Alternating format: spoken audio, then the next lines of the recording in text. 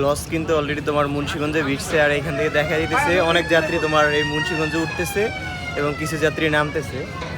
আর এই মুন্সিগঞ্জে ভিড়লে কিন্তু আমাদের জন্য একদিক দিয়ে ভালো, এখান থেকে কিছু খাবারের লোক উঠে, ওনাদের কাছ থেকে একটু কম দামে নেওয়া যায় না। অন্যান্য যে লঞ্চের যে দোকানগুলো থাকে ওগুলো তোমার অনেক বেশি দামটা নেয়। আর এই যে পাশে যে লঞ্চটা, এটা দিয়ে তোমার সম্ভবত নারায়ণগঞ্জ থেকে মুন্সিগঞ্জ উপর দিকে আসা যাওয়া করে। এই যে একটা ভাই সাইকেল নিয়ে উঠতেছে।